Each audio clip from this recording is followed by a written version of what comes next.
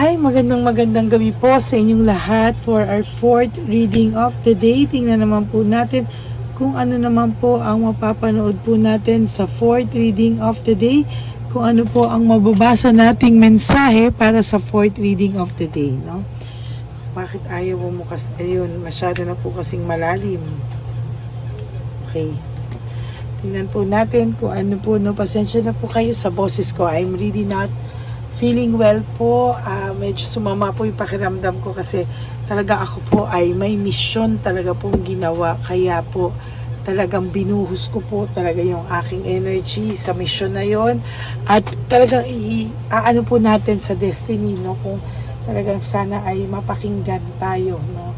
At talagang yan po ay aking buong pusong itinulong talaga, no? Talagang ang pagtulong po talaga ay nasa puso, no? Kaya po talagang yan po ay hindi mo mababayaran ng pera talaga, yung talaga no, basta ganun po. So kamusta po kayong lahat? I hope na napanood nyo na po yung first, second, third at ngayon po ay itong fourth reading of the day. I hope na naging masaya naman po kayo sa ating nabasa ng first, second, third, and fourth reading of the day bago po kayo pumunta dito sa ating fourth reading of the day, no? Ating na naman po natin kung ano po ang ating makikita.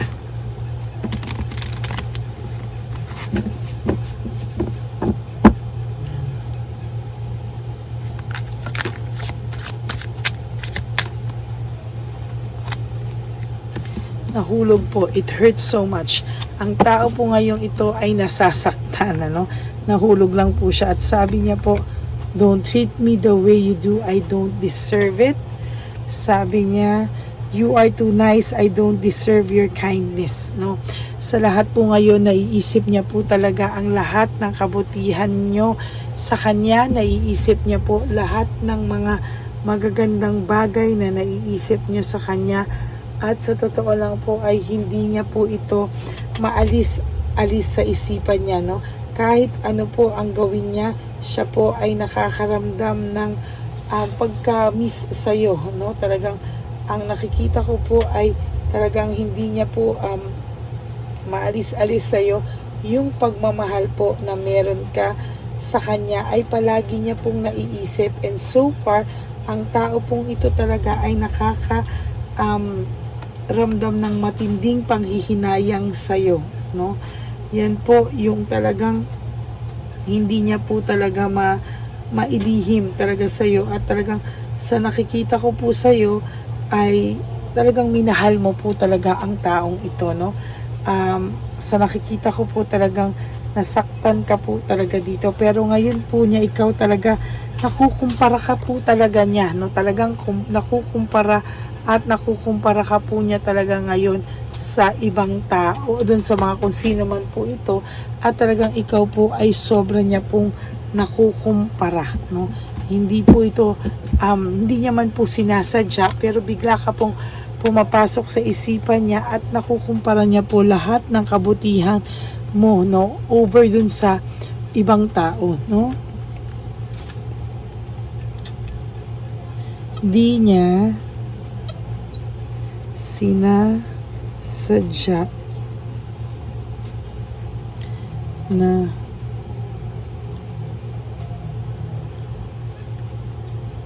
maikumpara ka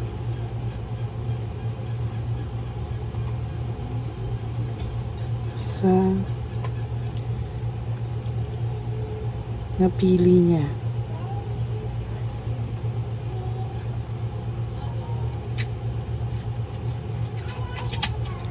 Mali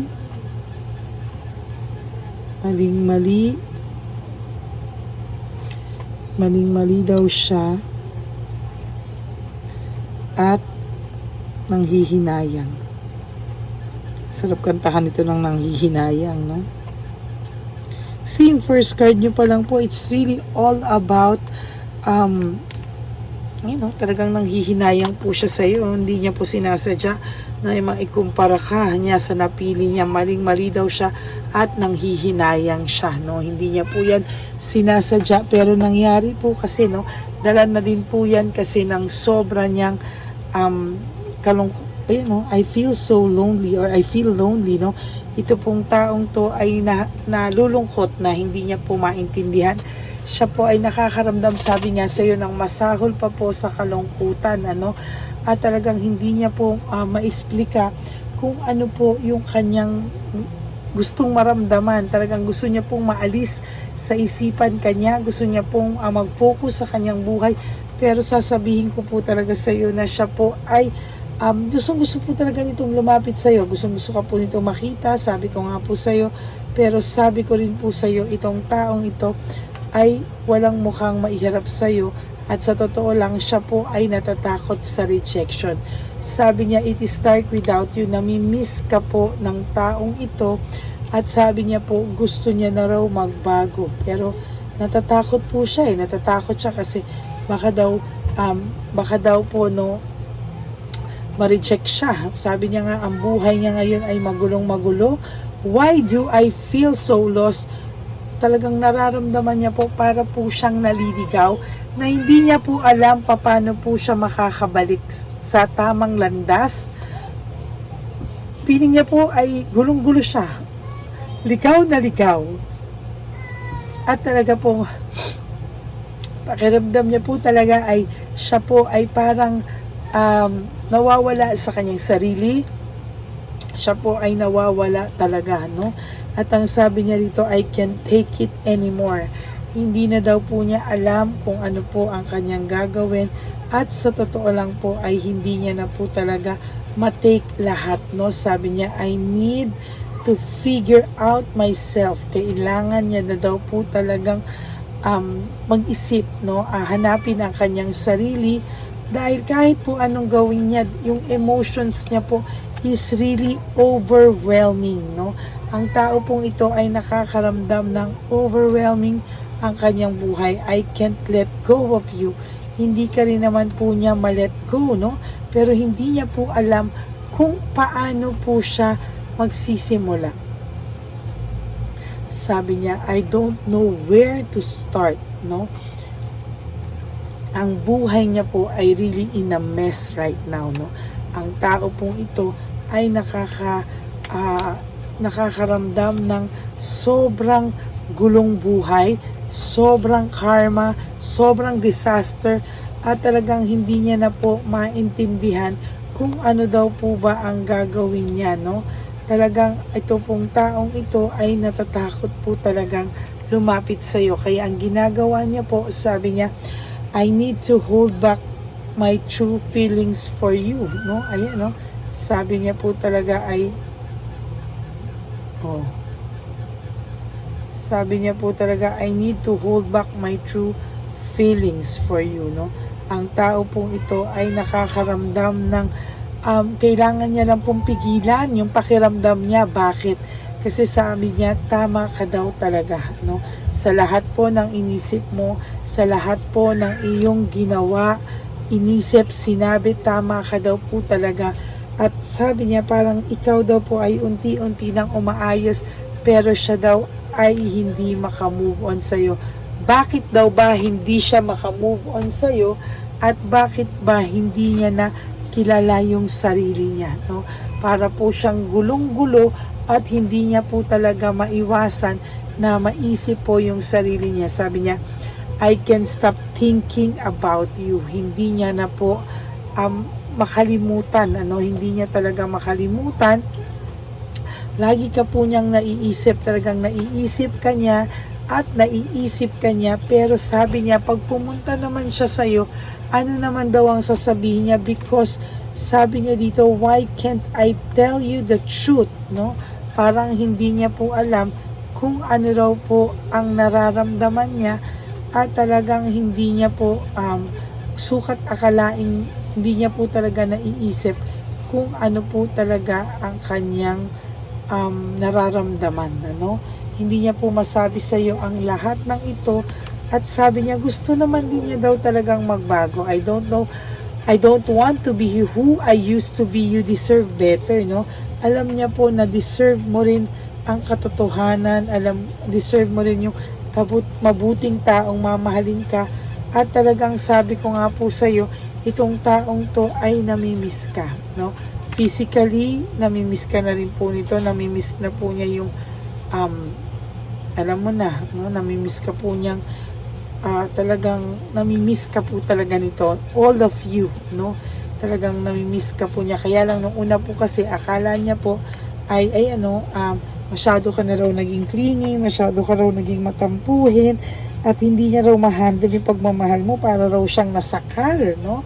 Sabi niya, I can't do this right now. Parang hindi niya na nasasakal na talaga siya sa iyo, no? Pero akala niya po talaga ay naumay na siya sa'yo, at talagang parang yun ang tingin niya, no? Pero sabi niya ngayon, naiisip niya na, why do I deserve someone like you? Lahat daw pala ng pagiging clingy mo, lahat daw po pala yan ay pagmamahal na hindi niya po naintindihan nung araw, no? Yung pagmamahal niya po sa'yo na sana daw po ay naisip niya, no? At ngayon lang po niya naramdaman na bakit daw siya nakaramdam ng ganon, no? Bakit daw siya nakaramdam na parang naumay na siya sa pagiging clingy mo, parang lahat nabubwisit na siya sa'yo dahil sobra yung pagiging clingy mo, no? Pero sabi niya nga, life without you is hopeless, dark, and depressing. I miss your light. Namimiss ka po talaga ng taong ito. At sa totoo lang po, sabi niya, I am stuck in vision of us together. Sa totoo lang po ay sobrang na-stuck po siya, no, sa kayong dalawa pa rin daw sa huli, no? Kayo daw dalawa ay typically gusto niya po rin po na kayo pa rin dalawa sa huli, no? Talagang hindi pa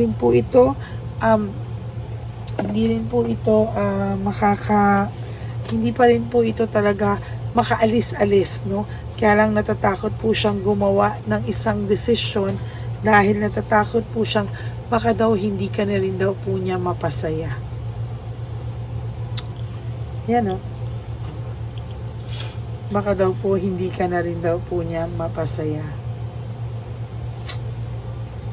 And I don't want to be alone, no? Ayaw niya pong maging mag-isa. Gusto pa rin po niyang kayo pa rin po sa huli, at nare-realize niya po talaga na the way I have treated you was wrong, no? Talagang sa nakikita ko po ay ngayon po niya yan nare-realize lahat, at talagang hindi ka lang po niya makausap ngayon dahil takot na takot po siyang ma-reject mo siya, at takot na takot po siya dahil hindi niya po alam kung siya ay napatawad mo na. How could you ever forgive the mess I've made, no? Ayan po, no? So maraming salamat po sa inyong lahat. That is your fourth and final reading, no? Hindi niya sinasadya po talaga na maikumpara ka sa iba. Talagang na-realize niya po na maling-mali siya, at talagang siya po ay puno ng panghihinayang. Yan po ang inyong fourth and final reading for today. I hope na naka-resonate po kayo. And if you do, can you please give me a like and comment down below para naman po alam nyo po kung ano naman po ang para naman po alam nyo naman po alam ko naman po kung ano po ang inyong mga emotions. Okay? Maraming salamat po sa inyong lahat. And for those of you who would like to have a private reading with me, you can message me po at Ladyly Elena. That's Ladyly Elena. Nasa dulo po yan ng ating video. Yan po ang aking official and only legit FB account. Yan, maraming salamat po sa inyong lahat, no? And isa pa po talaga, no, talagang ang lagi ko po talagang babala sa inyong lahat is, sa totoo lang po, no, yung mga scammer po, nagkalat, no? Kahit po sa mga comment section ko, sila po ay nagkakalat, no? Kaya sana po ay talagang maging babala po sa inyo. Lahat po ng pangungulit ko sa inyo, lahat po talaga ay sana po ay inyo pong maramdaman, no, kapag kayo po ay nilalapitan, at kung ito ba ay ako o hindi ako, sana po ay inyo pong maramdaman, ano? At isa pa po, no, sa nakikita ko ay sana po kayo po ay mapatawad nyo din po yung inyong sarili, no? Sa pag-aabang niya po na sana ay mapatawad mo siya, sana din daw po mapatawad mo ang iyong sarili, no? Importante po yun para tayo ay sumaya at maging tayo, no? Makawala din tayo sa kahapon, ano? Always wake up each day, you do 3 things that will make you happy for today. Prioritize yourself. Be grateful na tayo po ay buhay pa at may buhay pa, para tayo po ay maitama po natin ang ating lahat ng mali at maitama po natin ang ating mga pagkukulang sa ating mga sarili.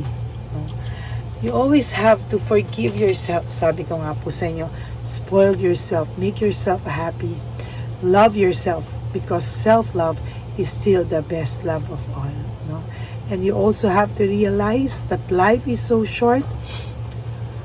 Don't make it shorter by stressing yourself from all the pains and heartaches na binigay sa inyo ng kahapon.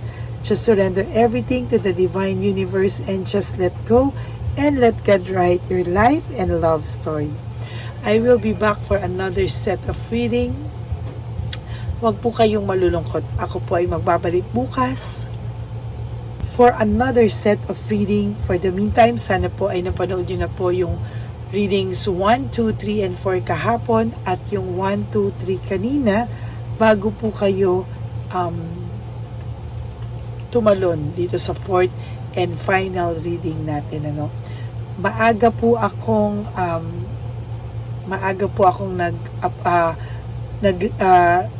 nag-video or nag-record, no, kasi kanina po ako ay may tinulungan, may isa pa po akong tutulungan mamaya, no. So bago ko po gawin yon ay ako muna po ay nag-reading, no, para makapag-record na po ako at bago ko siya kausapin at tulungan din mamaya, no. So yan po, maraming salamat po sa inyong lahat.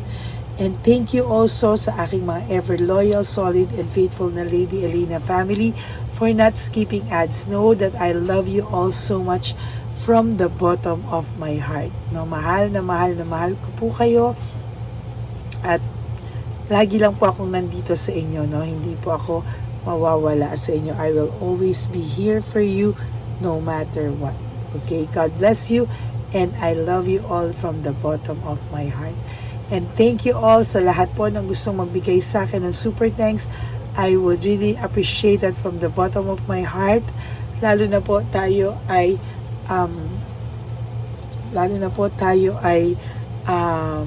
nag-iipon na po para sa ating One Love a Day ngayon. Nalalapit na po yan ng katapusan ng Feb or first week of March, no? Aalamin po natin lahat yan, kung ano man ang nakatakda para sa ating lahat. Okay? And now we are approaching 19,000 subscribers. Kaya ayan po, no?